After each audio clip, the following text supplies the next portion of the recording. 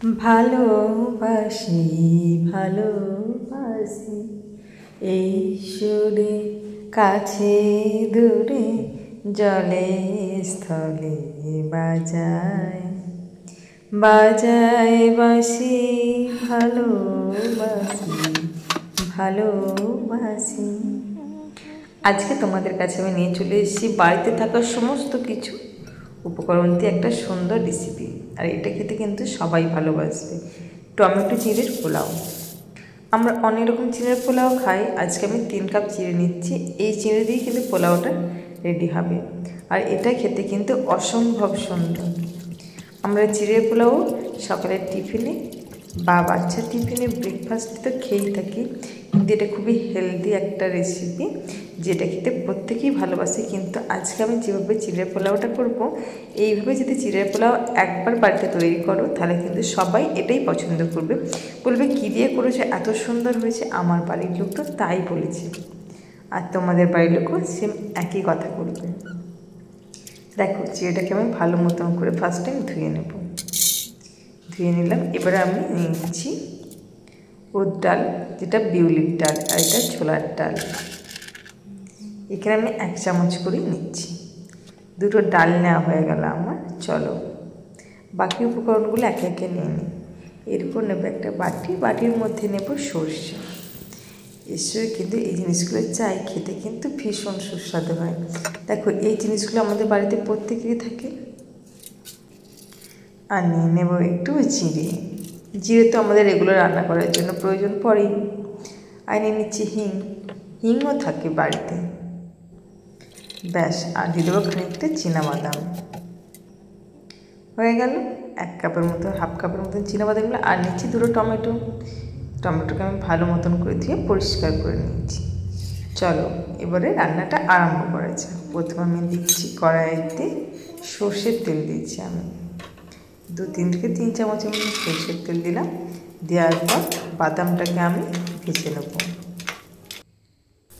বাদামটাকে একটু ভালো মতন করে লাল লাল করে ভেজে নেব। বাদাম ভাজা তো আমরা সবাই জানি, বাদাম ভাজা তো খেতে কেনা ভালোবাসে।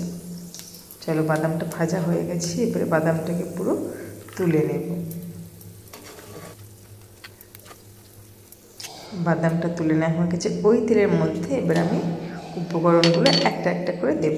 প্রথমে দেব ওই বিউলির ডাল বা উড়দ ডাল আর ছোলার ডাল, তার সঙ্গে দিলাম সর্ষে আর জিরে, তার সঙ্গে দিলাম ওটা আদা গ্রেট করা, অল্প একটু লাল লঙ্কার কুচি। লাল লঙ্কাটা দিলাম কেন, দেখতে সুন্দর লাগবে। আর দিয়ে দেবো অল্প একটু হিং। এই সময় অবশ্যই গ্যাসের ফ্লেমটা লো রেখে রান্নাটা করবে। লাল লঙ্কা, হিং সমস্ত কিছু দিয়ে অল্প একটু নাড়াচাড়া করবো। যখন বুঝতে পারবো এই জিনিসগুলো ভাজা হয়ে গেছে, তখন দিয়ে দেবো আমি কারি পাতা। এখানে আমি 2টো কারি পাতা ভালো মতন করে ফ্রেশ কারি পাতা আমি দিয়ে দিলাম। দিয়ে এবারে হালকা হাতে রান্নাটা করবো। দেখো সমস্ত জিনিসগুলো প্রায় ভাজা হয়ে গেছে, দেখিয়ে বুঝতে পারা যাচ্ছে। চলো এর থেকে আমি কিছুটা অংশ তুলে রাখবো পরে কাজে লাগানোর জন্য। চলো এবারে আমি দিয়ে দেবো চপ পেঁয়াজ বা ছোটো ছোটো পেঁয়াজকে আমি টুকরো করে নিয়েছি। সেই পেঁয়াজ আমি একটা বড় সাইজের পেঁয়াজ নিয়েছিলাম। পেঁয়াজটাকে আমি হালকা হাতে একটু ভেজে নেব। যখন একটু লাল লাল হয়ে যায় বুঝতে পারছি, তারা একটু নুন দিয়ে দেবে যাতে পেঁয়াজটা ভালো মতন করে নরমও হয়ে যায় আর ভাজাও হয়ে যায়।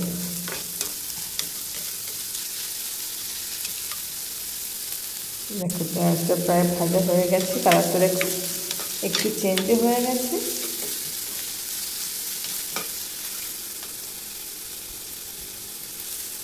কাঁচা গন্ধটা চলে গেছে। এবারে আমি দিয়ে দেবো 2 টেবিল টমেটো নিয়েছিলাম। টমেটোটাকে আমি মিক্সিং জারে দিয়ে একটা পিউরি বানিয়ে নিয়েছিলাম। দিয়ে সেই টমেটোটাকে পিউরিটা করে নিয়েছি, দিয়ে সেটা দিয়ে দিলাম। এরপর অল্প একটু হলুদ, আর দিয়ে দেবো অল্প একটু চিনি, যাতে কালারটা ভীষণ সুন্দর আসে। দিয়ে সমস্তটা আমি ভালো মতন করে কষিয়ে নেব। টমেটোর কাঁচা গন্ধ চলে যাবে, হলুদ চিনি ভালো মতন করে রান্না হয়ে যাবে। এই একটা সুন্দর লাল কালার চলে এসছে। তোমরা চাইলে এখানে একটু Kashmiri red chilli powder add করতে পারো, আমি অ্যাড করিনি, প্রয়োজন মনে করিনি তাই। এটি দেখো কালারটা কিন্তু ভীষণ সুন্দর এসেছে। দেখো চিড়েটা আমি ভালো মতন করে জল ঝরিয়ে রেখে দিয়েছিলাম, দেখো খুব সুন্দর ঝরঝরে হয়ে গেছে চিড়েটা। চলো এবারে আমি ওর মধ্যে অল্প অল্প করে চিড়েটা দেবো। মশলাটা যেহেতু রেডি হয়ে গেছে, অল্প অল্প করে চিড়েটা দেবো।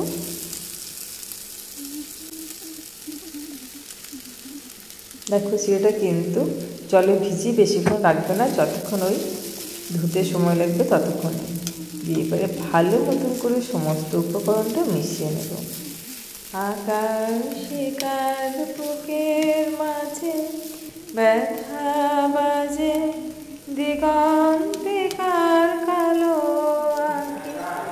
আখির জলে যায় ভাসি, ভালোবাসি ভালোবাসি ভালোবাসি। দেখো এরপর আমি ভাজা চিনাবাদামগুলো অ্যাড করে দিলাম। দেখো দেখতে কিন্তু ভারী সুন্দর লাগছে। তাহলে আজকে টমেটো চিড়ের পোলাও কিন্তু প্রায় রেডি। একদম ঝরঝরে সুন্দর পোলাও হয়ে গেছে। তাই এরকম পোলাও যদি একবার খাওয়া হয় কিন্তু বারবার খেতে ইচ্ছা করবে। চলো এবার একটা প্লেট নিয়েছি, প্লেটের মধ্যে আমি পোলাওটা সার্ভ করে দিই। দেখো দেখতে কিন্তু ভারী সুন্দর হয়েছে। আর এইরকম চিড়ের পোলাও যদি খেতে ইচ্ছে করে বাচ্চা টিফিনে দেবে, নিজেরা ব্রেকফাস্টে খাবে, দেখবে সুন্দর। আর কোথাও গেলে এরকম চিড়ের পোলাও করে গেলে কিন্তু কোনো সমস্যাই নেই। আর উপর থেকে আমি একটু কারি পাতা, যেটা আমি ভাজা তুলে রেখেছিলাম, সেটা দিয়ে দিলাম। তাহলে বন্ধুরা আমার ভিডিও যদি ভালো লাগে প্লিজ লাইক আর কমেন্ট করতে একদম ভুলবে না। আর আমার চ্যানেলটা প্লিজ সাবস্ক্রাইব করে দেবে, প্লিজ কমেন্ট করবে। তোমরা ভালো থাকবে, সুস্থ থাকবে। আবার অন্য কোনো দিন অন্য কোনো ভিডিও নিয়ে তোমাদের কাছে হাজির হয়ে যাব।